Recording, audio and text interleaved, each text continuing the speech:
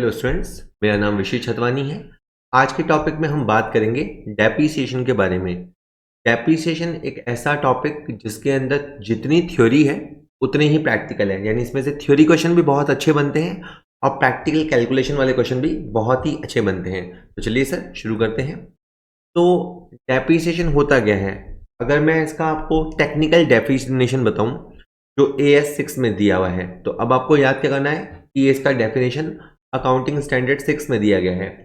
अब उसमें क्या बताया गया है? कहता है कि डेप्रीसिएशन से हम मेजर करते हैं, नापते हैं। क्या नापते हैं? एक तो असेट्स की जो टूट फूट होती है, असेट्स को जो हम कंज्यूम करते हैं। Simple depreciation in very simple या लेमन लैंग्वेज में मैं बताऊं तो अगर आपकी कोई असेट है तो उसके मूल्य में धीरे धीरे कमी आती है। एक या दो असेट्स को छोड़ दें तो जनरली असेट्स जो होती हैं, जो बैलेंस शीट के असेट साइड में होती हैं, उनकी वैल्यू में कमी आती है। उसी को हम ह्रास कहते हैं, मूल्य में ह्रास यानी मूल्यह्रास।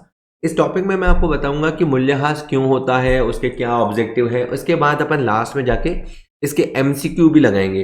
अगर आपको बहुत कॉन्फिडेंस हो तो बिल्कुल आप स्टार्टिंग की थ्योरी छोड़ के सीधे लास्ट के 10 मिनट पे जा सकते हैं, जहां अपन MCQ लगाएंगे। और जिन्होंने डेप्रीसिएशन के बारे में कम सुन रखा है तो प्लीज़ वो सुन लीजिए। तो डेप्रीसिएशन का मतलब क्या होता है कि आपका कितना टूट फूट हुआ, ठीक है, आपका कितना असेट्स कंज्यूम हुआ, या आपका असेट्स में कितना नुकसान हुआ। डेप्रीसिएबल असेट्स, बहुत सारे असेट्स होते हैं जो डेप्रीसिएबल होते हैं, उसमें कितना वैल्यू आपने खो दिया। और ये सब क्यों होगा? ये सब क्यों होगा? क्योंकि हम एसेट्स को यूज़ करते हैं, या कुछ एसेट्स होती हैं जो लिमिटेड टाइम पीरियड के साथ आती हैं।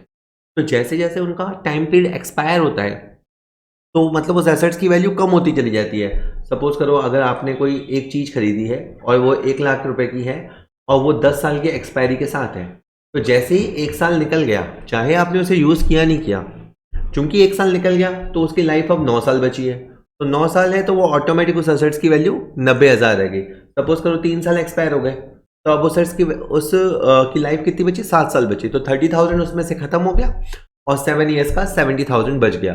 तो डेप्रीसिएशन में ये सारे अभी आएंगे, जस्ट मैं आपको इंट्रो बता रहा हूँ क्योंकि ये अकाउंटिंग स्टैंडर्ड 6 का डेप्रीसिएशन है, का डेफिनेशन दे रखा है। तो असेट्स में वैल्यू कम होती है, एक तो यूज़ की वजह से, एक टाइम बीत जाने की वजह से, और कई बार जब बाजार में टेक्नोलॉजी चेंज हो जाती है या मार्केट की डिमांड्स चेंज हो जाती हैं तो भी आपकी चीज जो होती है वो ऑब्सोलीट हो जाती है। What I said? Obsolete, that is assets is in simple word, assets outdated हो जाती है, वो अप्रचलित हो जाती है। एक और बात है, किसी दिन आप टेक्निकली डेप्रीसिएशन को समझेंगे तो डेप्रीसिएशन में हम कॉस्ट को फैला देते हैं। जैसे अगर मान लीजिए कि आपका 5 लाख का प्लांट है और ये भी मान लेते हैं कि 5 साल उसकी लाइफ है, तो हम हर साल 1 लाख जनरली, अलग अलग तरीके हैं पर जनरली हर साल 1-1 लाख रुपए का डेप्रिसिएशन लगाते हैं। तो हमने क्या किया? असेट्स की कॉस्ट को ओवर इट्स यूजफुल लाइफ अपन एक लॉजिकल तरीके से डिस्ट्रीब्यूट कर दिया। तो ये जो स्लाइड है, भले आप इसको पॉज कर लीजिए। हर स्लाइड को जब आप पढ़ेंगे, मुझे तो सुन ही रहे हैं आप, पर आप उसे पढ़ेंगे तो उसमें से कुछ क्वेश्चन छोटे मोटे बनते हैं या कुछ ट्रिकी पॉइंट्स होते हैं जो आपको समझ में आने चाहिए, ठीक है। लेकिन ये सब पॉसिबल होता है जब हम ध्यान से सुनते हैं। अगर अपन बहुत जल्दी जल्दी में प्ले करते हैं या ऊपर ऊपर से चलो देख लेते हैं क्या है, तो नहीं आता। देखिए, जब भी आप क्लास में भी होते हैं तो एक 40-45 मिनट का लेक्चर होता है, और ये वीडियोस तो मैं जनरली शॉर्ट ही रखता हूँ, 20-25-30 मिनट के ही रखता हूँ। कोई कोई लंबा हो सकता है, बट जनरली 20-25-30 मिनट जब आपका फुल टू फुर्सत हो तो अब आप उसे सुनिए। तो अगर आप ध्यान से सुनेंगे तो एक ही बार आपके अंदर उतर जाएगा और आपको मामला समझ में आ जाएगा, ठीक है। अब बात यह है कि डेप्रीसिएशन लगाने के पर्पस क्या है। तो ये एक इमेज है जो बताती है कि डेप्रीसिएशन हम क्यों लगाते हैं, और आगे वाली स्लाइड में मैं डिटेल से बताऊंगा तो देखिए, डेप्रीसिएशन लगाने से पहली बात तो है आप ट्रू एंड फेयर प्रॉफिट निकाल पाएंगे। सपोज कीजिए कि आप डेप्रीसिएशन नहीं लगाते हो, आपको ये लगता है कि भाई 2 लाख रुपए मेरी इनकम है, 1.5 लाख रुपए मेरा एक्सपेंस है, तो मेरा जो गैप हो गया वो 50,000 प्रॉफिट हो गया। लेकिन आपने डेप्रीसिएशन तो लगाया ही नहीं, आपको वो एक्सपेंडिचर तो दिखाई दे रहे हैं जो कैश एक्सपेंडिचर है, लेकिन जो डेप्रीसिएशन है वो आपको, जनरली जो बहुत सारे व्यापारी होते हैं वो डेप्रीसिएशन कैलकुलेट ही नहीं करते, उनको पता ही नहीं होता कि डेप्रीसिएशन भी लगाना है। डेप्रीसिएशन लगाने से ही आपकी ट्रू वैल्यू सामने आती है, आपका सही प्रॉफिट तभी सामने आएगा जब आप डेप्रीसिएशन लगाएंगे, ठीक है। सेकंड है to show the assets at its proper value. Depreciation से आप संपत्तियों को सही मूल्य पे दिखा पाएंगे। सपोज कीजिए कि आपने एक कार खरीदी और 5 लाख की है और आप उसे 5 लाख पे दिखाए जा रहे हैं, जबकि आपको भी पता है कि कार लाने के बाद उसमें घिसावट होगी, वो चलेगी, वेयर एंड टियर होगा, टूट फूट होगी, तो उसकी वैल्यू वो नहीं रहेगी। इनफैक्ट शोरूम से उतरते ही उसकी वैल्यू डाउन हो जाती है। साल भर बाद तो बहुत ही वैल्यू, बहुत ही तो नहीं, मतलब वैल्यू कुछ तो डाउन हो ही जाती है। ऐसा कोई सी भी चीज़ ले लीजिए आप, जनरली जो भी चीज़ खरीदेंगे एक्सेप्ट लैंड, मैं जब बोल रहा हूँ तो मैं ज़मीन की बहुत बात नहीं कर रहा हूँ, क्योंकि उसमें बहुत सारे और फैक्टर्स हैं। तो ज़मीन के साथ एक खास चीज़ होती है कि उसकी लाइफ इनफाइनाइट होती है। तो ज़मीन की वैल्यू बढ़ सकती है, जरूरी नहीं वो भी बढ़े, पर ज़मीन की वैल्यू जनरली बढ़ा करती है, क्योंकि उसकी लिमिटेड क्वांटिटी में अवेलेबिलिटी है और उसकी इनफाइनाइट लाइफ है। ये दो चीज़ें ऐसी हैं जो लैंड को कहें कि उसकी वैल्यू इंक्रीजिंग बनाती है। बाकी प्लांट, कंप्यूटर, मोबाइल कुछ भी ले लीजिए, उन सब की वैल्यू डाउन ही होती है। तो अगर आपको बैलेंस शीट में ट्रू वैल्यू दिखानी है, पहले तो मैंने कहा आपको ट्रू प्रॉफिट निकालने हैं, तो अब मैं कह रहा हूँ अगर आपको बैलेंस शीट में ट्रू वैल्यू दिखानी है तो आपको डेप्रिसिएशन लगाना होगा। इसके बाद डेप्रिसिएशन लगाने से आपके पास फंड अरेंज होते हैं। वो कैसे होते हैं मैं आगे वाली साइड में बताऊंगा। अगर आप जल्दी जल्दी सुन रहे हैं तो आप ये सुन लीजिए कि डेप्रिसिएशन लगाने से हम उसे रिप्लेस कर पाने की पोजीशन में आ पाते हैं। कैसे, वो बताऊंगा मैं। उसके बाद डेप्रिसिएशन लगाने से आप अपनी चीज़ जो बना रहे हैं उस एक्यूरेट कॉस्ट निकाल पाएंगे, फिर भी हम आएंगे। डेप्रिसिएशन लगाने से आप जो लीगल प्रोविजंस हैं उनको कंप्लाई कर पाते हैं, उनको फॉलो कर पाते हैं, क्योंकि डेप्रिसिएशन लगाना कंपलसरी है। खास करके कंपनी अकाउंट्स में आप जाएंगे तो डेप्रिसिएशन लगाना कंपलसरी है और इससे आपको टैक्स बेनिफिट में मिलेगा। तो ये सब डेप्रिसिएशन लगाने के ऑब्जेक्टिव है। कोई आप अकाउंटेंट हैं, बनने जा रहे हैं, लोगों को बना रहे हैं अकाउंटेंट, तो कोई पूछे डेप्रिसिएशन लगाने का क्या फ़ायदा है, क्या ज़रूरत है लगाने की, तो आप उसको बता सकते हैं दीज आर द 5 और 6 बेनिफिट्स कि आपको डेप्रिसिएशन लगाने चाहिए। अब इसके बाद मैं आपको एक एक करके इनके बारे में बताता हूँ। देखिए, जैसे मैंने बताया कि डेप्रिसिएशन से ही आप अपना ट्रू प्रॉफिट और लॉस निकाल सकते हैं, अदरवाइज आपको पता नहीं चलता। इसी से आप अपनी बैलेंस शीट की सही फाइनेंशियल पोजीशन को जान सकते हैं। थर्ड है सही कॉस्ट डिटर्मिनेशन। सपोज कीजिए आप कोई चीज़ बना रहे हैं, ठीक है, मान लीजिए आप एक मिल्क का कोई प्रोडक्ट है वो बना रहे हैं, ठीक है। अब आपने उस मिल्क प्रोडक्ट की, मान लीजिए जो बॉटल है, वो आप 30 रुपी MRP पे, यानी 30 रुपये पे उसको बेचना चाहते हैं। आपने उसकी जो जो उसके इंग्रेडिएंट्स हैं, जो जो उस मिल्क शेक को बनाने के लिए लगता है, वो सारी कॉस्ट आपने जोड़ दी। सपोज कीजिए वो कॉस्ट आपने जोड़ी 25 रुपये, ठीक है। आपको लग रहा है कि आपका प्रॉफिट हुआ 5 रुपये, लेकिन उस मिल्क प्रोडक्ट को बनाने के लिए जो प्लांट यूज़ हो रहा है, वो प्लांट भी तो साल दर साल डेप्रिसिएट हो रहा है। सपोज करो एक साल में प्लांट की 50,000 वैल्यू डाउन हो गई, और ये भी मान लेते हैं कि आपने 20,000 या 25,000 बॉटल्स बनाए। 25,000 बॉटल बनाने के चक्कर में 50,000 रुपये प्लांट की वैल्यू डाउन हो गई, तो 2 रुपया पर बॉटल डेप्रीसिएशन भी आपको कंसीडर करना पड़ेगा। आप क्या कर रहे हो, 25 रुपये की कॉस्ट कंसीडर करके ये सोच रहे हो कि आप 5 रुपये प्रॉफिट कमाओगे, बट नॉट, आपको 2 रुपये डेप्रीसिएशन का भी निकालना पड़ेगा। तब जाके आपको पता लगेगा कि आपकी वास्तविक कॉस्ट 27 रुपया है, आपका प्रॉफिट 3 रुपये है। आपके अकाउंटेंसी और फाइनेंशियल मैनेजमेंट में जितनी भी कैलकुलेशन होती है वो सही सेलिंग प्राइस और सही कॉस्ट डिटर्मिनेशन पे डिपेंड करती है। अगर आप डेप्रिसिएशन को एज अ कॉस्ट नहीं जोड़ेंगे तो आप मान के चलिए कि आप अपनी गलत कॉस्ट निकालेंगे, और गलत कॉस्ट निकालेंगे तो गलत सेलिंग प्राइस पे जाएंगे, और गलत सेलिंग प्राइस से तो लगभग सारी डिसीजन मेकिंग ही डिस्टर्ब हो जाती है। उसके बाद में बात करता हूँ, ये हो चुके हैं। एक है कानूनी अनिवार्यता। देखिए, डेप्रिसिएशन ऐसा नहीं है कि सिंगल प्रोपराइटर को लगाना है। हर वो ऑर्गेनाइजेशन, हर वो बिजनेस ऑर्गेनाइजेशन जो बिजनेस कर रही है और fix assets, depreciation fix assets पे लगता है, फिक्स एसेट्स का इस्तेमाल कर रही है, उनको डेप्रिसिएशन लगाना है। और कंपनी में तो कंपनी की एक्ट की जो सेक्शन है, कंपनीज एक्ट अभी आपका 2013 चल रहा है, उसकी जो सेक्शन 123 है में कंपलसरी किया हुआ है कि आपने डेप्रिसिएशन लगाना ही है। कोई अगर जैसे अकाउंटेंट होते हैं, मान लें नया नया अकाउंटेंट होता है, वो अपने जो फाइनेंशियल हैं, CFO हैं, चीफ फाइनेंशियल ऑफिसर, उसको मान लो ये क्वेश्चन करता है कि सर वो इस साल अपने को ज़्यादा प्रॉफिट नहीं हुआ या कंपनी लॉस में चल रही है, तो सर डेप्रिसिएशन रहने देते हैं, नहीं लगाते हैं। No, depreciation is a must item before declaring dividend. लाभांश देने से पहले आपको डिविडेंड और depreciation calculate, count and accounting करना ही करना है, डेप्रिसिएशन आपको लगाना ही है, इसमें कोई चॉइस नहीं है कि लगा लेंगे सर, नहीं लगाएंगे तो चल जाएगा क्या, नहीं लगाना है। एक और बात है, पूंजी में से लाभांश वितरण को रोकने हेतु, ये थोड़ा सा टेक्निकल पॉइंट है, मैं आपको एक कहानी समझाता हूँ। सपोज करो कोई कंपनी 10 लाख रुपए से स्टार्ट हुई, 10 लाख रुपए कंपनी ने लगा के बिजनेस स्टार्ट किया। ये भी मान लेते हैं कंपनी ने 5 लाख रुपए का रेवेन्यू जनरेट किया, 4 लाख रुपए के एक्सपेंस हुए और 1 लाख रुपए का प्रॉफिट हुआ, ऐसा कंपनी ने कैलकुलेट किया। और ये भी कि कंपनी ने शुरू में सबको खुश करने के लिए 100% डिविडेंड दे दिया, ठीक है। तो कंपनी ने क्या किया, 1 लाख रुपए कमाए और 1 लाख रुपए डिस्ट्रीब्यूट किया। अब कहानी मान लो इस कहानी में 50,000 डेप्रिसिएशन भी था और कंपनी का अकाउंटेंट ये भूल गया। ओके, तो अब हुआ क्या वो समझो। सही स्थिति यह है कि 5 लाख का प्रॉफिट था और टोटल 4.5 लाख का खर्चा था, 4 लाख का कैश एक्सपेंडिचर था और 50,000 का depreciation is a non cash expenditure. Always remember, depreciation is a non cash expenditure. Okay, तो अब क्या हुआ, आपका प्रॉफिट हुआ, बाकी कितना बचा, 50,000। अब आपका असल में प्रॉफिट था 50,000 रुपये, लेकिन आपने डिस्ट्रीब्यूट कितना कर दिया, 1 लाख रुपए।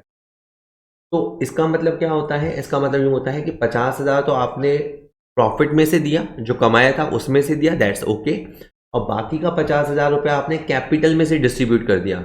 कोई भी कंपनी अपने कैपिटल को कम नहीं कर सकती, या कोई कंपनी अपने कैपिटल को रिड्यूस नहीं कर सकती।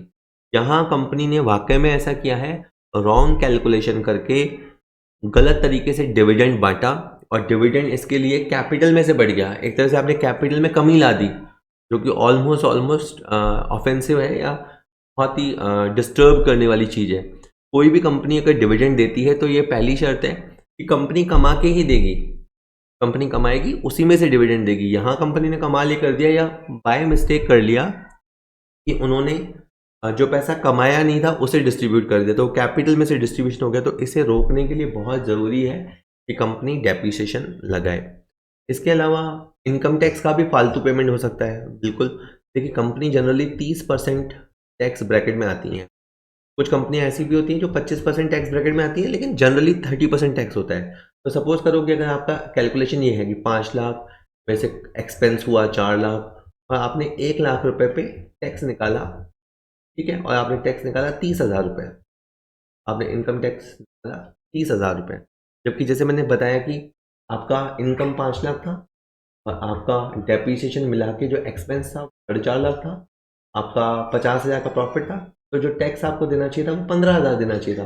तो जहां आपको 15,000 टैक्स देना चाहिए था, वहां बाय मिस्टेक आपने 30,000 टैक्स दे दिया होता अगर आपने डेप्रिसिएशन नहीं लगाया होता। आप कभी इनकम टैक्स पढ़ेंगे तो उसके अंदर आप पढ़ेंगे अलाउएबल एक्सपेंडिचर और डिसअलाउड एक्सपेंडिचर। तो अलाउएबल एक्सपेंडिचर का मतलब होता है वो खर्चा जो आप दिखा सकते हो, तो डेप्रिसिएशन इज अलाउएबल एक्सपेंडिचर। तो डेप्रिसिएशन आपको दिखाना चाहिए था, आप उसको दिखाते तो उसका आपको टैक्स बेनिफिट मिलता, आपका जो टैक्स है वो 15,000 लगता। लेकिन मान लीजिए कि आपने डेप्रिसिएशन नहीं लगाया, तो उस बेवकूफ़ अकाउंटेंट की वजह से 30,000 डेप्रिसिएशन 30,000 इनकम टैक्स लग गया। तो वाई पेइंग मोर टैक्स, जब आपको मौका मिल रहा था तो आपको टैक्स कम देना चाहिए था। तो उस टैक्स के ज़्यादा पेमेंट को रोकने के लिए भी डेप्रिसिएशन ज़रूरी है। और सबसे इम्पॉर्टेंट या माना जाता है वन ऑफ द इम्पॉर्टेंट, संपत्ति के प्रतिस्थापन हेतु कोषों की व्यवस्था। दैट इज, देखो आज आपने मशीन खरीद ली, आज तो आपका पैसा है, आपने 10 लाख रुपए की मशीन खरीद ली। अब अगर मान लीजिए कि आप डेप्रिसिएशन वगैरह नहीं लगाते, मान लीजिए नहीं लगाते, तो क्या होगा, आप कमाएंगे, खर्चा होगा और बाकी का जो प्रॉफिट होगा वो या तो ओनर ले लेगा या शेयर होल्डर में डिस्ट्रीब्यूट हो जाएगा, ठीक है। वापस सुन लो, आप रेवेन्यू कमाएंगे, खर्चा हटाएंगे, जो प्रॉफिट बचेगा उसे ओनर विड्रॉ कर लेगा या पार्टनर्स विड्रॉ कर लेंगे या कंपनी शेयर होल्डर में डिस्ट्रीब्यूट कर देगी, depending on the business organisation. अब क्या होगा, ऐसा होता रहा, सपोज करो ऐसा 10 साल तक हुआ, 10 साल तक ऐसा अगर होगा तो उसके बाद आपकी मशीन तब तक पूरी चूर चूर हो जाएगी, ऑलमोस्ट ख़त्म हो जाएगी। अब जब आपकी संपत्ति असेट्स पूरी ख़त्म हो जाएगी, अब आपको पैसा चाहिए, तो आप कहाँ से पैसा लाओगे, पैसा तो आप खा गए, ख़त्म कर दिया। इसका अच्छा तरीका ये हो सकता था कि आप हर साल डेप्रिसिएशन लगाते। जैसे आप क्या होता, सपोज करो 10 साल की असेट है, 10 साल असेट्स की लाइफ है, 10 लाख रुपए वैल्यू है, तो आप क्या करते, 1 लाख रुपए डेप्रिसिएशन आप हर साल लगाते। अब उससे क्या होता कि 1 लाख रुपया आप जो अपना P&L बनाते हैं, आप P&L वाले फाइनल अकाउंट्स वाले चैप्टर में सीखेंगे, आप जहाँ पे बाकी खर्चे रिकॉर्ड करते हैं, जैसे आप सैलरी रिकॉर्ड करते हो, रेंट, इंटरेस्ट, इस तरह की आइटमें रिकॉर्ड करते हो जिनमें पैसा जाता है, उसी तरह आप एक आइटम रिकॉर्ड करते हैं डेप्रीसिएशन। ठीक है, एक्सपेंसेस साइड में डेप्रीसिएशन रिकॉर्ड करते हैं, 1 लाख रुपए रिकॉर्ड करते हैं। ये 1 लाख रुपए आपने खर्चे की साइड डाला है, लेकिन ये खर्च नहीं हुआ है। मतलब 1 लाख रुपए आपने खर्चे की साइड तो डाला है, डेबिट तो किया है, पर इसमें आपका मनी आउटफ्लो नहीं होता, इसमें आपका कैश आउटफ्लो नहीं होता। तो इससे क्या होगा, ये 1 लाख रुपए आपका पड़ा रहेगा। इसके अलावा अगले साल भी 1 लाख रुपए होगा, वो भी पड़ा रहेगा। इस तरह से आपका 10-10 लाख रुपए पड़ा रहेगा। इसके अलावा डेप्रीसिएशन लगा के जो तुमने टैक्स सेविंग की, वो पैसा भी कहीं ना कहीं कंपनी को ही बचा, सेविंग हुई। ठीक है, या इसी तरह से आपने डिविडेंड का फालतू पेमेंट रोका। जैसे आप गलती से ज़्यादा डिविडेंड देने वाले थे तो कम डिविडेंड आपने दिया, रीजनेबल डिविडेंड दिया। तो वो जो सारा पैसा है, यानी डिविडेंड की सेविंग, इनकम टैक्स की सेविंग, और हर साल ये जो आप पैसा जमा करते जाओगे, ये सारे से आप असेट्स को रिप्लेस कर पाओगे। तो डेप्रीसिएशन लगाने का एक ऑब्जेक्टिव ये है कि ये आपकी सस्टेनेबिलिटी को बनाए रखता है। बहुत इंपॉर्टेंट वर्ड होता है सस्टेनेबिलिटी, यानी हमेशा टिक पाना, आपका अस्तित्व रह पाना। आप ऐसा नहीं कि असेट लाए खा पी के ख़त्म कर दिया, नहीं।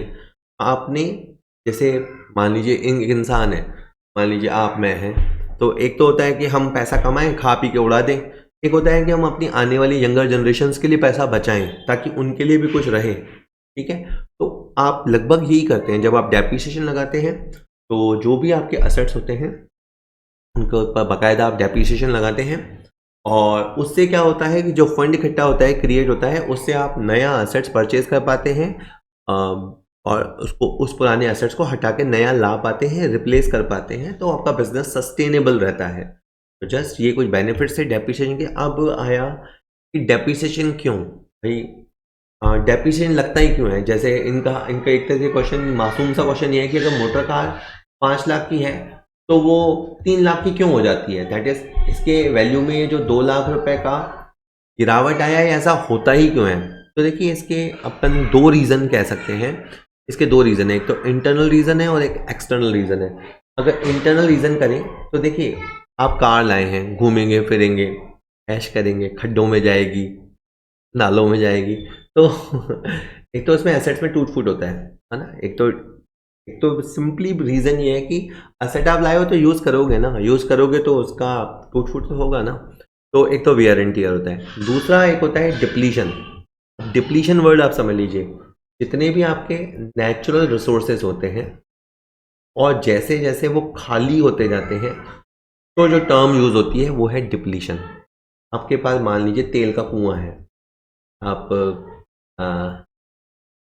पहाड़ी देश के एक सुल्तान बन गए, या मान लीजिए आपके पास कहीं से एक तेल का कुआं है, तो होगा क्या, जैसे जैसे आप उसमें तेल निकालते जाएंगे, तेल निकालना, कुएं में से बोल रहा हूँ, उसमें से तेल निकालते जाएंगे तो वो खाली होता जाएगा, खाली होता जाएगा, डिप्लीट होता जाएगा, तो उसकी वैल्यू में कमी आनी ही है।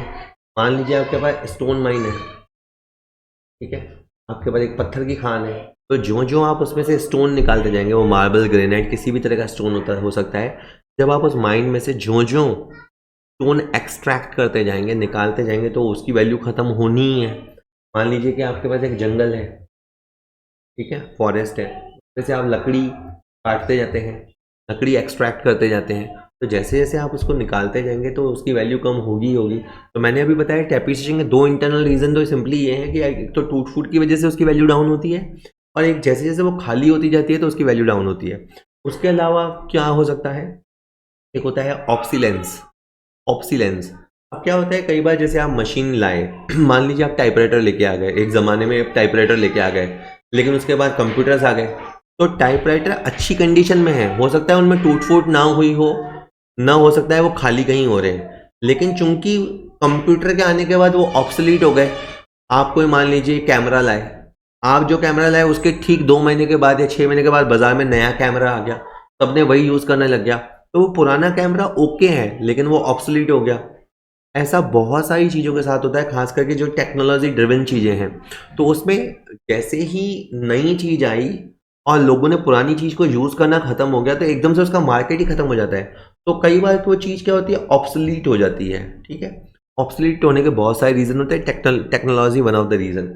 इसके अलावा पैसेज ऑफ टाइम, अब क्या होता है, कुछ चीज़ें ऐसी होती है कि जैसे जैसे टाइम निकलेगा वो ख़त्म हो जाएंगे। सपोज करो आपने एक पेटेंट राइट खरीदा, आपने किसी चीज़ का पेटेंट राइट खरीदा, तो जैसे ही टाइम ख़त्म होगा लाइफ ख़त्म हो जाएगी। सपोज, और मैं सिंपल वर्जन बताऊँ, सपोज करो आपने कोई कोर्स खरीदा, मान लेते हैं कि 1 साल की वैलिडिटी का कोई कोर्स है और ये भी कि उसकी वैल्यू 12,000 रुपये है। तो बहुत मान लीजिए कि कोई अच्छा तगड़ा कोर्स है जो 12,000 का है और उसका 1 साल का वैलिडिटी पीरियड है। अब आप देखो चाहे मत देखो, हर महीने वो 1,000 रुपये ख़त्म हो रहा है। वो जब तक पड़ा है तो पड़ा है, लेकिन 12 महीने बीतते ही वो ख़त्म हो जाएगा। तो क्या हुआ, आपकी जो असेट्स थी 12,000 का, जो आपने चाहो मान लो आपने सॉफ्टवेयर परचेज किया हो या आपने कोई ऑनलाइन कोर्स परचेज किया हो, तो 12 महीने के बाद क्या हुआ, वो ख़त्म हो गया। तो ख़त्म क्यों हो गया, क्योंकि टाइम ख़त्म हो गया। तो उसको बोलते हैं पैसेज ऑफ टाइम या इफ्लेक्शन ऑफ टाइम। इसके अलावा एक्सीडेंट, मतलब मान लो ये सारे फैक्टर्स ना ही हो, लेकिन कोई मान लीजिए जोरदार बरसात आ गई, आपका मान लीजिए कंप्यूटर में पानी घुस गया या आपका मोबाइल पानी में गिर गया, दुकान में आग लग गई, ऐसी कुछ भी रीज़न हो सकता है, कोई एक्सीडेंट यानी एबनॉर्मल लॉस हो सकता है जिसकी वजह से आपकी असेट्स की वैल्यू खो देंगे। तो ये मैं क्या बताने की कोशिश कर रहा हूँ कि डेप्रिसिएशन लगता ही क्यों है, वैल्यू डाउन होती ही क्यों है। तो it may be the one of the reason कि एक्सीडेंट की वजह से भी मतलब आपकी वैल्यू डाउन हो सकती है। उसके बाद है परमानेंट फॉल इन प्राइस। तो कई बार ये भी होता है कि असेट्स होती है, जैसे खास करके शेयर्स वगैरह के लिए हम बोलते हैं, मान लीजिए शेयर्स भी आपका असेट ही है, अगर आपने शेयर्स किसी कंपनी का परचेज कर रखे हैं, लेकिन मान लीजिए कुछ रीजंस की वजह से वो कंपनी परफॉर्म करना बंद कर देती है, तो आपके जो वैल्यू ऑफ शेयर है वो डाउन हो जाती है और फिर डाउन ही रहती है, गिरी ही रहती है। एक तो होता है ये शेयर्स वगैरह के भाव में जो ऊपर नीचे होता है उसको हम फ्लक्चुएशन बोलते हैं। करंट एसेट्स के साथ जो वर्ड यूज़ होता है, मतलब हर चीज़, डेप्रिसिएशन एक वर्ड है, लेकिन अगर अभी आपने बातों बातों में गौर किया हो तो डेप्रिसिएशन एक वर्ड है। नेचुरल असेट्स जो होते हैं उसमें से वैल्यू कम होती है तो उसे डिप्लीशन बोलते हैं। या ये जो इंटेंजिबल असेट्स होती हैं उनकी जो वैल्यू टाइम के साथ डाउन होती है उसे उसे हम अमोर्टाइजेशन कहते हैं। करंट एसेट में जैसे शेयर, स्टॉक वगैरह की वैल्यू, इन्वेस्टमेंट की वैल्यू अप डाउन होती है तो उसे हम फ्लक्चुएशंस कहते हैं। तो these are the some of the reasons जिस वजह से डेप्रिसिएशन लगता है या किसी संपत्ति के मूल्य में कमी आती है। ठीक है, चलिए। तो स्टूडेंट्स, अगर आपको हमारा कंटेंट पसंद आ रहा है, हमारा टीचिंग स्टाइल आपको पसंद आता है, तो मैं आपको एडवाइस करूंगा कि आप हमारा ऐप डाउनलोड कीजिए। कॉमर्स पॉइंट नाम से हमारा ऐप है, प्ले स्टोर पे इजीली मिलेगा, डाउनलोड कर लीजिए। अभी जैसे जूनियर अकाउंटेंट एग्ज़ाम एक्सपेक्टेड है, तो हमने उसके लिए 3 तरह के प्रोडक्ट तैयार किए हैं और मैं आपको उसके बारे में बताना चाहता हूँ। जस्ट देखिएगा। अगर आप एक बहुत सिंपल छोटे से कोर्स से स्टार्ट करना चाहें और क्या वैल्यू मिलेगी वो देखना चाहें, तो एक हमारा 99 रुपये का कोर्स है। उसमें हमने सब्जेक्ट वाइज क्वेश्चन बैंक दिए हैं। फॉर एग्जांपल, अगर आप अकाउंट्स का क्वेश्चन बैंक देखना चाहते हैं, आपका अकाउंट्स तैयार हो गया है, तो क्वेश्चन बैंक हम आपको मात्र 99 रुपये में प्रोवाइड कराएंगे। उसके अंदर आपको 1500 क्वेश्चन मिलेंगे, 1500 से इनफैक्ट ज़्यादा ही होंगे, और वो क्वेश्चन हिंदी और इंग्लिश में होंगे और चैप्टर वाइज होंगे। ठीक है, बहुत ही अच्छे अच्छे क्वेश्चंस का सिलेक्शन किया गया है। इसी तरह अगर आपको मान लीजिए आपका लगता है कि मेरा अकाउंट ऑडिट तैयार हो गया है, तो आप ऑडिट के इतने ही क्वेश्चन मात्र 99 रुपये में, इस तरह किसी भी सब्जेक्ट के, जो कॉमर्स रिलेटेड 6 सब्जेक्ट हैं उन किसी भी सब्जेक्ट के आप पेपर हमसे बाय कर सकते हैं, मात्र 99 रुपये में अवेलेबल है। वेल, ये तो हो गई क्वेश्चन बैंक की बात। अगर मान लीजिए आपके पूरे सब्जेक्ट्स की, सारे सब्जेक्ट्स की तैयारी हो चुकी है, तो आप हमारे 249 वाला प्रोडक्ट देख सकते हैं। एक्चुअली इसके अंदर सैम्पल पेपर्स हैं। जैसे हमें पता है कि हमारे पास 25 क्वेश्चन आते हैं हर सेक्शन से, अकाउंट्स 25, ऑडिट 25, RSR 25, तरह से 6 सब्जेक्ट हैं, तो टोटल 150 क्वेश्चन है। तो 150 क्वेश्चन जब होते हैं तो एक सैम्पल पेपर पूरा होता है। तो हमने ऐसे 50 सैम्पल पेपर प्रोवाइड कराए हैं। अगर आप बहुत ही सीरियस तैयारी कर रहे हैं और अपने चांस नहीं गंवाना चाहते और जॉब लेना चाहते हैं, बिल्कुल एडवाइस करूंगा कि आप ये 50 सैम्पल पेपर्स परचेज कीजिए और मात्र 249 रुपये में अवेलेबल है। यानी अगर एक सैम्पल पेपर मात्र 5 रुपये हो गया, अगर आप हिसाब लगाएं तो, और 5 रुपये में 150 क्वेश्चन हो अबाउट दैट, और बहुत ही अच्छे सेलेक्टेड क्वेश्चंस आपको मिलेंगे तैयारी के लिए। वेल, ये भी आपका सैम्पल पेपर रहा। इसके बाद अगर बाय द वे, अगर आप बाय द वे आप अकाउंट्स के नहीं हैं या आपको अकाउंट्स की बहुत अच्छी तैयारी करनी है, तो हमारा अकाउंट्स का वीडियो लेक्चर्स का पूरा कोर्स तैयार है और मात्र 499 रुपये में अवेलेबल है। इसके तहत अगर आप ये 499 का कोर्स लेते हैं, तो हमने आपको सैम्पल पेपर्स फ्रीली प्रोवाइड कराए हैं। जो सैम्पल पेपर्स 249 की वर्थ के थे, वो भी हमने फ्रीली प्रोवाइड कराए हैं। तो जस्ट अगर नेट देखा जाए तो नेट ये कोर्स आपका 200 का ही हो गया, ऑलमोस्ट 200 या 250 का हो गया, इनफैक्ट 250 रुपये का हो गया। तो जस्ट मैं ये चाहता हूँ कि आप अकाउंट्स पढ़ें और अच्छे से पढ़ें, और इसके अंदर 150 से ज़्यादा वीडियो लेक्चर्स है। एक एक चैप्टर को 10-10, 12-12 वीडियो लेक्चर्स में इन डेप्थ स्टडी कराया गया है। अगर आप इनको देखने के बाद अकाउंट्स के पेपर लगाते हैं, अकाउंट्स के वीडियोस हमारे तैयार हैं इस महीने, और आने वाले महीनों में और वीडियोस तैयार होते चले जाएंगे। लगता है जब आप ये वीडियो देख रहे हो तो सारे कोर्स आपको पूरे पूरे अवेलेबल मिले, जस्ट आप जा सकते हैं, और ये सब हमारे कॉमर्स पॉइंट ऐप पे मिलेगा। तो मैं आपको एक बार फिर बता देता हूँ कि डेप्रिसिएशन क्यों लगता है जल्दी जल्दी। जैसे पहले हमने इंटरनल एक्सटर्नल रीजन समझे, वैसे इन लेमैन लैंग्वेज डेप्रिसिएशन लगता है। एक तो सर असेट्स में टूट फूट होती ही है, अगर आपका प्रॉपर्टी है आप उसे डेली यूज़ करोगे तो उसकी वैल्यू में कमी आएगी आएगी। दूसरा मैंने कहा पैसेज ऑफ टाइम, जैसे जैसे टाइम गुजरता है, जो भी असेट्स लिमिटेड टाइम पीरियड के साथ होती हैं उनमें टाइम के साथ डेप्रिसिएशन लगता ही है। इसका सबसे बढ़िया एग्जांपल है लीज होल्ड प्रॉपर्टी। अगर आपके पास कोई प्रॉपर्टी है और वो आपके लीज होल्ड पे है, यानी आपने लीज पे ले रखी है, सपोज करो एक मैदान है, फील्ड है, वो आपने 50 लाख रुपए में ले रखा है और 10 साल के लिए ले रखा है। इस फील्ड में हो सकता है आप खेती करते हो सकता है आप मेले लगाते हो, एग्जीबिशंस लगाते हो, कुछ भी आप करते हो। 50 लाख रुपए आपने दिए हैं, 10 साल के लिए आपको ग्राउंड मिला हुआ है। अब क्या होगा, जैसे ही इसमें 1 साल बीतेगा ना, तो उसका 5 लाख रुपए वैल्यू डाउन हो जाएगा। 2 साल बीतते बीतते उसका 10 लाख रुपए वैल्यू डाउन हो जाएगा, क्योंकि उसमें जितनी लाइफ बची होगी उतनी ही वो वैल्यूएबल होगी। लाइफ के जैसे जैसे टाइम पैस निकलता जाएगा, जैसे जैसे फ्लैक्शन ऑफ टाइम होगा, वैसे वैसे असेट्स पे डेप्रिसिएशन लगता जाएगा, उसकी वैल्यू में ह्रास यानी कमी होती जाएगी। ठीक है। उसके बाद है मार्केट में चेंज आ जाते हैं, कस्टमर की चॉइस में चेंज आ जाता है। कभी नोकिया का मोबाइल खूब चलता था, लेकिन फिर एकदम से टच पैड वाले स्क्रीन वाले मोबाइल्स और स्क्रीन्स आए और ज़माना चला गया। लैपटॉप्स पहले जैसे आते थे वैसे अभी भी आते ही हैं, लेकिन अब टच स्क्रीन वाले लैपटॉप आए तो हो सकता है वो वाले लैपटॉप वापस गुम हो जाए। तो जस्ट खास करके मोबाइल और इंटरनेट की इस दुनिया में तो टेक्नोलॉजिकली इतने चेंजेस होते हैं कि आपकी कब चीज़ ऑब्सोलीट यानी आउटडेटेड हो सकती है। जैसे मैंने कहा टेक्नोलॉजिकल चेंजेस। और कई बार ऐसा भी होता है कि आपका प्रोडक्ट अच्छा है पर अचानक उसकी मार्केट में डिमांड खत्म हो जाती है, कोई और प्रोडक्ट है जो टेक ओवर कर लेता है। तो आपके पास सब कुछ अच्छा होते हुए भी आपकी चीज़ें, असेट्स, फैक्ट्री, ये सब आउटडेटेड हो जाती हैं, उनकी वैल्यू में कमी आ जाती है। इसके अलावा एक्सटर्नल फैक्टर हो सकते हैं, जैसे मैंने कहा आग लग जाना, किसी असेट्स पे पानी चली गई, ह्यूमिडिटी हो गई, कुछ भी ऐसे रीज़न हो सकते हैं, एक्सीडेंटल रीज़न, जिसकी वजह से असेट्स अपनी वैल्यू खो देती है। ठीक। इसके बाद डेप्रिसिएशन लगाने के, कैलकुलेट करने के बहुत सारे तरीके हैं। मैं आगे आने वाले वीडियोस में आपको इसके बारे में एक एक करके एक एक मेथड पे बताऊंगा और इस पर क्वेश्चंस भी कराऊंगा। तो these are some of the methods, आप नाम सुन लीजिए। एक होता है आपका स्ट्रेट लाइन मेथड, एक होता है आपका गिरती रेखा विधि से डेप्रिसिएशन, एक आपका एन्युटी मेथड होता है जिसमें आप इंटरेस्ट का ध्यान रखते हैं, एक डेप्रिसिएशन फंड मेथड होता है जिसमें आपके पास एक फंड इकट्ठा हो जाता है, पॉलिसी मेथड होता है, इसमें आप एक पॉलिसी ले लेते हैं, रिवैल्यूएशन मेथड होता है जो लूज टूल्स वगैरह के लिए यूज़ होता है, डिप्लीशन मेथड होता है जो नेचुरल रिसोर्सेज के लिए यूज़ होता है, और मशीन आवर रेट बेसिकली मशीनों के लिए यूज़ होता है। लेकिन ये मैंने जस्ट यूं ही बता दिया, अगले आने वाले वीडियोज़ में ही हम उनको वन बाय वन और डिटेल से देखेंगे। अब आज के वीडियो में हमने जो क्वेश्चन थोड़ी बहुत प्रैक्टिस की, थोड़ी बहुत चीज़ों को समझा, तो अब आप इन क्वेश्चनों को लगा लीजिए। मैं हर क्वेश्चन को पढ़ने के बाद 1 सेकंड का पॉज लूंगा, आप खुद सोचिएगा। तो इसने पहला क्वेश्चन पूछा कि डेप्रिसिएशन लगाया जाता है फिक्स्ड एसेट्स पे, करंट एसेट्स पे, दोनों पे या गुडविल पे। तो डेप्रिसिएशन लगाया जाता है आपका फिक्स्ड एसेट्स पे, तो उसका आंसर ए है। ठीक है, बहुत लड्डू लड्डू क्वेश्चन है क्योंकि जस्ट अभी मैंने बेसिक पढ़ाया तो बेसिक क्वेश्चन दिए हैं। Identify the assets generally assume not to depreciate. सोचो वो असेट्स बताइए, हिंदी इंग्लिश जिसमें आप कंफर्टेबल हो, वो असेट्स की पहचान कीजिए जिसपे डेप्रिसिएशन जनरली नहीं लगाया जाता। Plant, building, land, furniture. तो लैंड पे डेप्रिसिएशन नहीं लगाया जाता। कोई पूछे कि ऐसा क्यों होता है, क्योंकि जो लैंड या ज़मीन होती है उसकी इनफाइनाइट लाइफ होती है, ये इसका रियल रीज़न है। बाकी सबकी 5 साल, 10 साल, 50 साल एज होती है, लाइफ होती है, लेकिन इसकी इनफाइनाइट लाइफ होती है, इसीलिए इस पर डेप्रिसिएशन नहीं लगता है।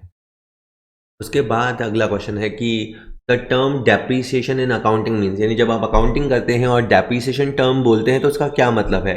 Physical deterioration of a fixed assets, एक संपत्ति में भौतिक रूप से गिरावट होना। Fall in market value of an asset, asset के मार्केट वैल्यू में गिरावट होना। Allocation of the cost of a fixed asset over its useful life, एक संपत्ति की कॉस्ट को उसकी यूजफुल लाइफ में अलोकेट करना, बंटवारा करना और making a provision for the replacement of an asset. तो डेप्रिसिएशन जिसने बहुत ढंग से पढ़ रखा है तो बेसिकली डेप्रिसिएशन करता है कॉस्ट का फैलाव।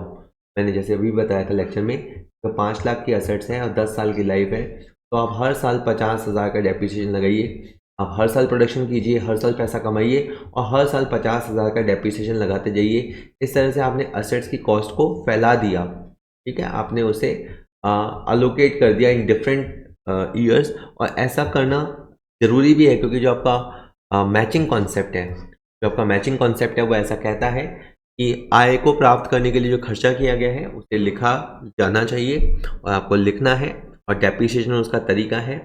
डेप्रिसिएशन का मतलब ये नहीं होता है कि फर्नीचर है तो उसकी टांग टूट गई, मशीन है तो उसका पार्ट टूट गया, अनिवार्य रूप से ऐसा होना ज़रूरी नहीं है। लेकिन डेप्रिसिएशन का मतलब ये ज़रूर है कि हम असेट्स की कॉस्ट को डिस्ट्रीब्यूट कर देते हैं इन डिफरेंट ईयर्स। उसके बाद the term depletion is use in relation to, इस वीडियो में मैंने 3 से 4 बार बोला डिप्लीट होने का मतलब होता है खाली होना। ये खाली होना ठीक ऐसा ही होता है कि जैसे हम सुबह उठते हैं तो बहुत एनर्जी से भरे हुए होते हैं और शाम तक होते होते हम थकने लगते हैं, डिप्लीट होने लगते हैं, हमारी एनर्जी लेवल डाउन होने लगता है। उसी तरह जो आपके नेचुरल रिसोर्सेज है पहले वो भरे रहते हैं, जैसे जैसे आप जंगल से लकड़ी, तेल के कुएँ से तेल, पानी के कुएँ से पानी और स्टोन माइन से खान या खदान से जैसे जैसे आप स्टोन मिनरल्स निकालते जाएंगे तो वो खाली होता जाएगा। तो डिप्लीशन वर्ड का जो यूज़ होता है वो होता है नेचुरल रिसोर्सेज के लिए। या तो आप इसमें नेचुरल रिसोर्सेज ऑप्शन आए तो वो भरना, और या फिर आप वेस्टिंग असेट्स भरना, क्षयशील संपत्तियां भरना, इनका मतलब भी यही होता है, ठीक है।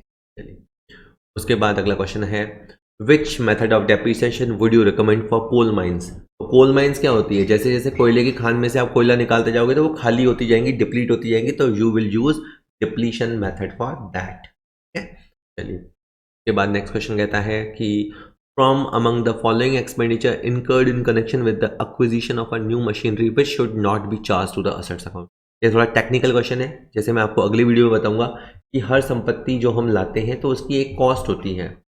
अब जैसे मान लीजिए कि मशीन है, मान लीजिए मैं अजमेर का हूँ और मैं एक मशीन दिल्ली से लाया, तो 4 लाख की तो वो मशीन है, 50,000 उसको लाने में भाड़ा लगा, 30,000 रुपये उसके इंस्टॉलेशन में लगा, तो मेरी मशीन की कॉस्ट हो गई 4,80,000। दैट इज़ दिल्ली में मशीन 4 लाख की, लेकिन जब तक मैं उसे लाया, जब तक उसे स्टार्ट किया तो उसकी कॉस्ट हो गई 4,80,000 रुपये। तो मैंने मशीन की कॉस्ट में क्या जोड़ा, मशीन का परचेजिंग प्राइस, मशीन का फ्रेट, मशीन को अगर मैं अजमेर तक लाया तो उसका रास्ते का बीमा मैंने जोड़ा, और मशीन को जो मैंने इंस्टॉल किया और उसके बाद इवन एक ट्रायल रन होता है। मतलब जब तक मशीन वर्किंग कंडीशन में नहीं आ जाती, वो प्रोडक्शन करने के लिए रेडी टू यूज़, एक वर्ड होता है हमारी अकाउंटेंसी में रेडी टू यूज़, जब तक वो इस्तेमाल के लायक नहीं हो जाती तब तक उसके सारे खर्चे आपको कॉस्ट में जोड़ने हैं। तो आप मशीन का जो भाड़ा लगेगा वो मशीन में जोड़ेंगे, यानी असेट्स में जोड़ेंगे। आप रास्ते के दौरान जो इंश्योरेंस लगा उसे भी जोड़ेंगे, लेकिन जो उसकी रेगुलर रूटीन रिपेयर होती है, हो सकता है कि मशीन की हर 6 महीने के बाद रिपेयरिंग होती हो, उसे आप मशीन के कॉस्ट में नहीं जोड़ेंगे, उसे आप असेट्स अकाउंट में नहीं लिखेंगे, ठीक है, क्लियर। तो इसने पूछा किसे आप नहीं लेंगे, तो इसको मैं, जो उसकी रेगुलर रिपेयरिंग है, रेगुलर मेंटेनेंस चार्जेस है, उसे हम मशीन की कॉस्ट में नहीं लिखेंगे, उसे हम रिपेयर अकाउंट में लिखेंगे, ठीक है। तो अकाउंट्स के अगर स्टूडेंट है तो आप ये बात समझते भी हैं। खैर, identify the term use to describe the return down of long term investment in intangible assets. Well, अगर आपके इनटेंजिबल एसेट्स हैं, जैसे आपने किसी बिजनेस की गुडविल के लिए पैसा दिया है, किसी प्रोडक्ट के पेटेंट राइट के लिए पैसा दिया है, कॉपीराइट के लिए पैसा दिया है, ट्रेडमार्क के लिए पैसा दिया है, इन पे जो आपने पैसा दिया है, सपोज करो 20 लाख, और आपको ये असेट्स मिले 10 साल के लिए, तो ये जो 2 लाख रुपए हर साल खत्म हो रहा है, 2 साल, तो वो अकाउंटेंसी में खत्म करने के लिए वर्ड यूज होता है राइट ऑफ। अकाउंट्स क्रिएट होते हैं और अकाउंट को खत्म करने को बोलते हैं राइट ऑफ। तो इनटेंजिबल एसेट्स को राइट ऑफ करने के लिए जो टर्म यूज होती है वो है अमोर्टाइजेशन। बाकी ऑप्शन क्या है, डिप्लीशन, डिप्लीशन, डेप्रिसिएशन, डिलैपिडेशन और अमोर्टाइजेशन। तो इनटेंजिबल एसेट्स के लिए आप अमोर्टाइजेशन वर्ड यूज करते हैं। हिंदी में मैं बताता हूँ, अमूर्त संपत्ति के लिए आप परिशोधन वर्ड यूज करते हैं, और एक वर्ड होता है अमूर्तीकरण, वो वर्ड यूज करते हैं, और एक वर्ड होता है प्रत्यु उत्सर्जन, करना सा वर्ड है, साइंटिफिक वर्ड लगता है प्रत्यु उत्सर्जन। ये कुछ वर्ड है जो आप यूज किया करते हैं फॉर इंटेंजिबल एसेट। थोड़े से और है। Depreciation accounting is a process of ascertainment of cost, valuation of assets, provision for replacement of assets या एस्टिमेशन ऑफ नेट प्रॉफिट। देखिए डेप्रिसिएशन अकाउंटिंग का कहीं ना कहीं संबंध इन सबसे है। फिर भी मूल्यह्रास लेखांकन एक प्रक्रिया है लागतों का पता लगाने की, संपत्ति का वैल्यूएशन करने की, संपत्ति के प्रतिस्थापन के लिए प्रावधान। तो ये हमारा एक मेजर यूज केस होता है कि हम चाहते हैं कि हम असेट्स के लिए फंड जनरेट करें, ये हमारा पर्पस होता है। ठीक है, उसके बाद वापस वही लिस्ट वाला है, एक ही क्वेश्चन में आपका सारा काम हो जाएगा। 4 वर्ड है, अमोर्टाइजेशन, डेप्रिसिएशन, डिप्लीशन और ऑब्सोलेंस। कौन सी कंडीशन के लिए कौन सा वर्ड यूज करेंगे, तो मैं आपको एक सबसे पहले शुरुआत करते हैं। डेप्रिसिएशन सबसे पहले मैंने बताया, तो जो आपके टेंजिबल फिक्स्ड एसेट्स हैं, दिखाई देने वाले फिक्स्ड एसेट्स हैं, उनको खत्म करने के लिए या उनके मूल्य में जो कमी आती है उसके लिए जो टर्म यूज होता है दैट इज डेप्रिसिएशन। तो डेप्रिसिएशन के लिए आपके सामने 1, 2, 3 और 4 ऑप्शन है। तो इसमें सेकंड के सामने, तो ये सेकंड तो सेकंड के साथ ही मैच हो गया, कमाल ही हो गया। उसके बाद जो अमोर्टाइजेशन है वो इंटेंजिबल एसेट्स के लिए है, तो ये ए जाके आपका 3 के साथ जगह भिड़ गया। और डिप्लीशन है वो नेचुरल रिसोर्सेज के लिए, अब तो बोर हो गए आप, एग्जॉशन ऑफ नेचुरल रिसोर्सेज। और अब ऑब्सोलेंस बचा, यानी आउटडेट होना। चीज़ क्यों आउटडेट हो जाएगी? Economic deterioration due to improved innovation. नया इनोवेशन हो गया तो तुम्हारी चीज़ अच्छी होती हुई भी अब उसकी कोई वैल्यू ही नहीं है, कदर नहीं है। तो डी जाके भिड़ गया 4 से। तो ठीक है, मुझे सारे ना भी आते हुए हो तो मैं बहुत जानता हूँ। सबसे पहले बी का मिलान 2 से हुआ था, तो बी का मिलान 2 से हुआ था, तो ये और ये रेस में है। उसके बाद ए का मिलान हुआ था 3 से, ए का मिलान हुआ था 3 से, तो ये तो कमाल हो गया इसमें ऑप्शन। चलो और देख लेते हैं। ऑप्शन शायद गलत दे दिए हैं, बट बाय द वे सी का मिलान हुआ है 1 से, तो इसमें ऑप्शन नहीं है। मैं सीधे ऑप्शन ही बना देता हूँ, ये नहीं बने हुए। तो जैसे मैंने बताया, डेप्रिसिएशन बी का 2 के साथ में, अमोर्टाइजेशन 1 के साथ आपका 3 मिला है, और डिप्लीशन सी के साथ 1 मिला है, और जो आपका रिमेनिंग बचता है। तो इस तरह का एक इक्वेशन हो जाएगा। ये कुछ इनसे गड़बड़ हो गया है लिखने में, एनीवेज चलिए। इसके बाद है डेप्रिसिएशन इज प्रोवाइडेड फॉर। ये तो सिंपली पहला क्वेश्चन भी था कि डेप्रिसिएशन लगाया जाता है करंट एसेट्स पे नहीं, फिक्टिशियस एसेट्स पे नहीं, लिक्विड एसेट्स पे नहीं। लिक्विड एसेट्स अपन जानते हैं कि करंट एसेट्स में से स्टॉक हटा दें और प्रीपेड हटा दें, तो जो बचता है उसको लिक्विड एसेट बोलते हैं। बाय द वे डेप्रिसिएशन उस पर नहीं लगता, डेप्रिसिएशन फिक्स एसेट्स पे लगता है, वो भी लैंड को छोड़कर। लैंड के अलावा जो फिक्स एसेट होते हैं उन पे लगता है। 2 क्वेश्चन और होंगे। The main objective of providing depreciation. Depreciation आप क्यों लगाते हैं? आप सीक्रेट रिजर्व बनाना चाहते हैं, आप असेट्स के बुक वैल्यू को कम करना चाहते हैं, आप असेट्स को प्रॉपरली वैल्यू करना चाहते हैं। हाँ, हम असेट्स को प्रॉपरली वैल्यू करना चाहते हैं, इसलिए हम डेप्रिसिएशन लगाते हैं। और उसके बाद है ऑब्सोलेंस का मतलब होता है वैल्यू में डिक्लाइन होना, वैल्यू में गिरावट आना। क्यों? मार्केट प्राइस में गिरावट की वजह से, फिजिकल टूट फूट की वजह से, इनोवेशन एंड इन्वेंशंस। तो नवाचार और आविष्कार के चलते आपकी असेट जब अपना वैल्यू खो देती है तो हम बोलते हैं ऑब्सोलेंस। एक वर्ड होता है ऑब्सोलीट होना, यानी आउटडेटेड होना। होप मैं इस वीडियो में आपको कुछ बातें समझा पाया। आपको डेप्रिसिएशन अच्छा लगने लग जाए चैप्टर तो बहुत ही अच्छा लगेगा मुझे भी। खैर, वीडियो को लाइक कीजिएगा, चैनल को सब्सक्राइब कीजिएगा, अपने दोस्तों के साथ शेयर कीजिएगा। और इन सब ये सारे काम ना करें तो कोई बात नहीं, पढ़ाई करते रहिएगा।